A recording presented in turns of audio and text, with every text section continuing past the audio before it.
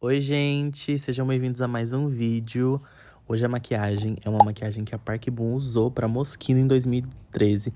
É uma maquiagem impecável que eu amo e um photoshoot maravilhoso. E, gente, assim, a Park Bo é minha bias ultimate do K-pop. Eu sou fã dela desde 2018, finalzinho de 2017. E pra quem estivesse perguntando, mas quem é Park Bo? Park Bo é a main vocalista do 2NE1, um grupo da segunda geração que debutou em 2009. Porém, a Park Bo vem fazendo músicas desde 2006. Ela é uma idol que tá há muito tempo em ativa. E ela é simplesmente uma it girl, assim. Ela fez muito sucesso, principalmente pelo seu estilo, que era muito assim, dolly, bem assim, lembrava as Gyaros, mas não era necessariamente, né, obviamente. Mas ela tinha muito um estilo bonequinha, assim. E ela era uma vocalista incrível, teve grande sucesso no K-pop. Não parece, mas eu tô passando menos base do que eu uso geralmente. Mas é porque essa base tem uma cobertura altérrima, porque eu gosto assim, sabe? Mas eu passei um pouco menos porque essa maquiagem não é tão pesada, ela é mais leve. E pelas fotos da maquiagem serem muito antigas, eu não conseguia ver tão assim minuciosamente os detalhes. Então acabou que a minha maquiagem eu fiz um pouco assim, né, do meu jeito, mas tentei pegar o principal, que são os olhos. E a Park Bo, ela se lançou em 2006, né, como assim uma vocalista da YG. E ela se lançou como uma vocalista da YG, cantando pro Big Bang, né, pro G-Dragon e o Top. E ela foi participando de várias músicas, assim, avulsas da empresa, e depois ela debutou no 2NE1. E ela foi, assim, um evento, sabe? Mas, infelizmente, em 2014, aconteceu um escândalo onde aconteceu um cancelamento que basicamente acabou com a carreira dela e do grupo. E, infelizmente, a gente perdeu o 2NE1 e perdeu a Park Bo por alguns anos. E aí, a Park Bo fica em hiatos de 2015 a 2019. Ela só participou da música de despedida do 2NE1, né? E a gente que é fã ficou, assim, completamente abandonado. Sem nada dela, assim. A gente só tinha posts no Instagram, raramente. Porém, em 2019, ela finalmente volta. Finalmente, ela consegue contar o seu lado da história, sobre o seu escândalo. E se vocês quiserem um vídeo mais específico sobre a história dela, a história talvez do 2NE1, eu posso trazer, né? E aí com essa volta dela, né, a Coreia decide dar uma chance pra ela, né, vamos dizer assim, que retirar o cancelamento, e a Park Bo finalmente consegue voltar pra música em 2019. E eu, como fã, fiquei muito feliz, obviamente. Eu vinha desde 2018, assim, esperando, sabe, que um sinal dela. Eu ficava muito feliz quando ela postava qualquer coisa. E ela volta e ela tem, assim, um comeback muito bom e que foi muito bem recebido para uma artista que tinha passado por um cancelamento dessa forma. Ela conseguiu chartear no Melon, assim, ela conseguiu ficar em primeiro em todas as paradas, menos no Melon, quando ela voltou com o single dela, Spring, né? E assim, ai, foi incrível. Eu vivi um sonho vendo ela voltar, ela promoveu e etc. E ela continua em ativa até hoje, lançando músicas. Ela não lança música, na verdade, desde 2024. Mas a Queen, creio que ela vai voltar em breve, assim que possível. Só que o ponto que eu quero falar nesse vídeo é que a Park Bo, sendo uma idol da segunda geração, ela sempre foi muito alvo de muitas críticas à sua aparência, desde o seu debut até os dias atuais. E é muito cruel a forma com que as mulheres na indústria em geral, né, seja ocidental ou asiática, são criticadas de forma muito dura, né? E elas precisam se padronizar. E é engraçado, porque essas mulheres, quando elas não são padrão, não é bom. E quando elas se tornam padrão, também não está bom, né? Inclusive, né, um dos grandes materiais pré-debut da Park Bo é um clipe que ela gravou pra Lee Hyori, que é o clipe de Anistar. E esse clipe, ele foi muito estrondoso, principalmente na Coreia, assim. Então a gente já tinha aquela imagem do pré-debut da Park Bo e muita expectativa foi criada sobre como ela viria, como ela debutaria. E, obviamente, muitas expectativas sobre a aparência dela e como ela viria a vir debutar, né? E aí, claro, né, com o debut do 2NE1, um grupo que nunca foi esteticamente padrão, houve muita frustração do público e o público foi muito cruel com elas em relação à aparência. Até mesmo do seu próprio CEO, né, o YG, que falava de que elas eram um grupo feio. E a Park Bo sempre chamou muita atenção pelo seu estilo, como eu tinha falado mais cedo, muito bonequinha, muito doll, muito, assim, relembrando Guiaro, porque eu não acho que a maquiagem da Park Boon é Guiaro, mas ela realmente lembra essa coisa meio boneca das Guiaros.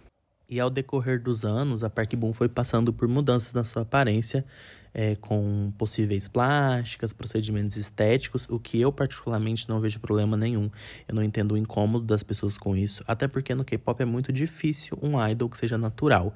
O que sempre incomodou da Park Boon é que nunca ficou escondido que ela estava fazendo procedimento, sempre ficou muito notório.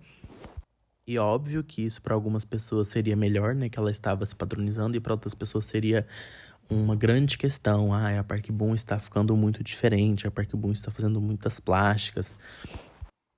E desde aquela época, ela já seguia sofrendo vários ataques à sua aparência, assim como também as outras integrantes do Chunhyun.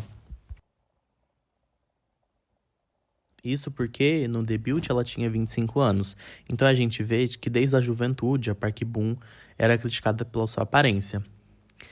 E o mais engraçado de tudo é que até hoje ela é criticada. Hoje já por outros motivos, mas nós vemos que essa pressão estética e essa crueldade do público vai seguindo as mulheres, né? E não importa a sua idade, não importa a sua aparência, e não importa o que você faça, você vai ser perseguida pela sua aparência. Nunca estará bom bastante. Então, a Park Boon passou, né, pelo fim do 21 ali e pelo hiatus dela, que durou de 2015 a 2019. E quando ela voltou diferente, porque ela tinha passado anos sem ser uma idol, então ela tinha engordado, não se preocupou com aquelas dietas abusivas.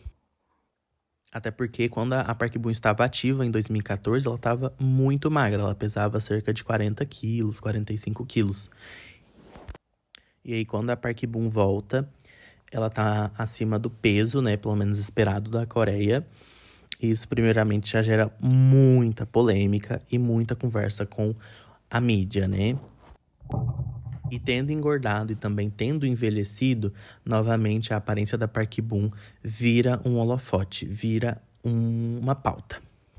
Então ela vai passar por um dos momentos mais desrespeitosos da sua carreira, quando um jornal coreano compara ela com uma boneca, a que vocês estão imaginando, né? Bonecas para intuitos adultos.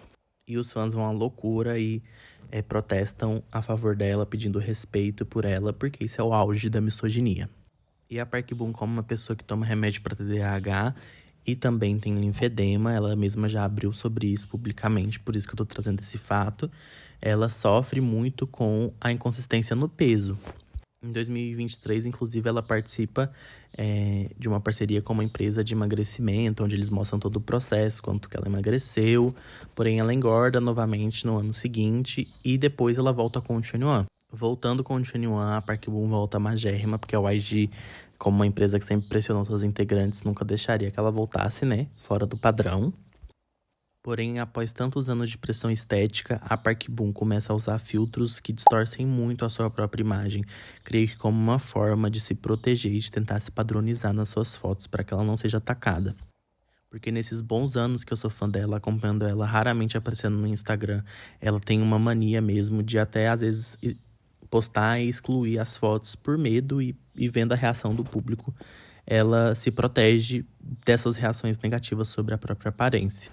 Porém, a gente vê a idol que foi criticada quando jovem, criticada quando mais velha, criticada quando magra, criticada quando engordou, criticada de todas as formas possíveis, dessa vez sendo criticada por postar fotos com filtros e por tentar deixar a sua aparência mais aceitável para as pessoas. Então, a gente vê mais uma vez de que não estará bom bastante. A mídia sempre tentará achar uma forma de atacar uma mulher, não importa o que ela faça. E quando eu digo mídia, eu também falo da gente que é fã, da gente que comenta, da gente que posta no TikTok, no Instagram, no YouTube. A gente também é a mídia, a gente também tem influência sobre esse tipo de questão. Então é muito importante que a gente analise o mercado, a gente analise a forma como as coisas são induzidas. O mercado faz de tudo para que essa mulher se odeie e de que ela tenha distorções consigo mesma. Mas quando essa distorção é adquirida, ela é atacada por não ser natural. É muito engraçado, né? É muito irônico como isso acontece. É como se o sistema montasse uma forma de que nunca estivesse bom o bastante. Realmente uma forma de adoecer essa pessoa, de fazer com que ela sempre esteja em um dilema. E é o que anda sendo muito discutido ultimamente, né? O capitalismo foi feito para que a gente nunca esteja satisfeito, principalmente as mulheres. E eu, obviamente, não sou uma mulher, sou um homem, né? Me identifico enquanto homem, mas eu sempre tento observar essas relações da mídia com as mulheres, e dessa pressão estética infinita. E como fã da Park Bo, isso me incomoda muito, isso me faz ter um incômodo gigantesco com essas questões, porque eu vejo nela todos os resultados de tudo isso. E vejo ela novamente sendo atacada por coisas às quais ela não tem culpa, às quais ela não tem responsabilidade. E a única forma da gente ajudar a Park Bo nesse processo de distorção de imagem, de não se aceitar, é elogiando ela, trazendo energias positivas, comentando coisas boas nos posts dela. Inclusive, vou deixar o Instagram dela aqui se você quiser ir lá comentar coisas boas. Então, todas as nossas idols têm essa pressão em cima delas. E a gente, antes de atacar, antes de ser mais uma parte dessa engrenagem, a gente tem que ser o contrário. A gente tem que mostrar amor e apoio às imperfeições e a como o ser humano é. Elas não são super-humanos, elas são pessoas como a gente. E assim como nós temos nossos gatilhos, nossas questões corporais e de autoestima, elas também têm. Então, acho muito importante a gente pensar sobre isso. A Park Bo é uma lenda do K-pop, mas há mais de 20 anos de carreira ela continua sendo resumida ao seu corpo e à sua aparência. E ela não merece, porque ela é uma incrível cantora, uma incrível performer. Ela é muito mais do que só aparência. E mais uma coisa que eu queria muito falar é que o caso da Park Bo envolve também muito etarismo. Ela envelheceu também, ela mudou porque ela não é mais aquela garotinha e todos nós vamos passar por isso. Envelhecer e mudar é completamente natural e faz parte do ser humano. O K-pop anda seguindo uma linha muito etarista e a gente tem que parar com isso. Show etarismo. Esse foi o vídeo, eu quis assim mais mostrar o processo e falando com vocês. Mas também estou testando formatos, então podem falar o que vocês acharam, se vocês preferiam que eu explicasse todo o processo, que eu falasse no próprio vídeo. Podem sempre falando, me dando uma luz sobre esse processo de criação que eu tô passando e entendendo ainda. Mas é isso, gente. Espero que vocês tenham gostado do vídeo, espero que tenham gostado da pauta. Porque eu acho uma pauta super importante, super legal. Obviamente focada na Park Bo, mas que vale para qualquer idol e qualquer pessoa dessa indústria. E é isso, gente. Esse foi o resultado. E tchau!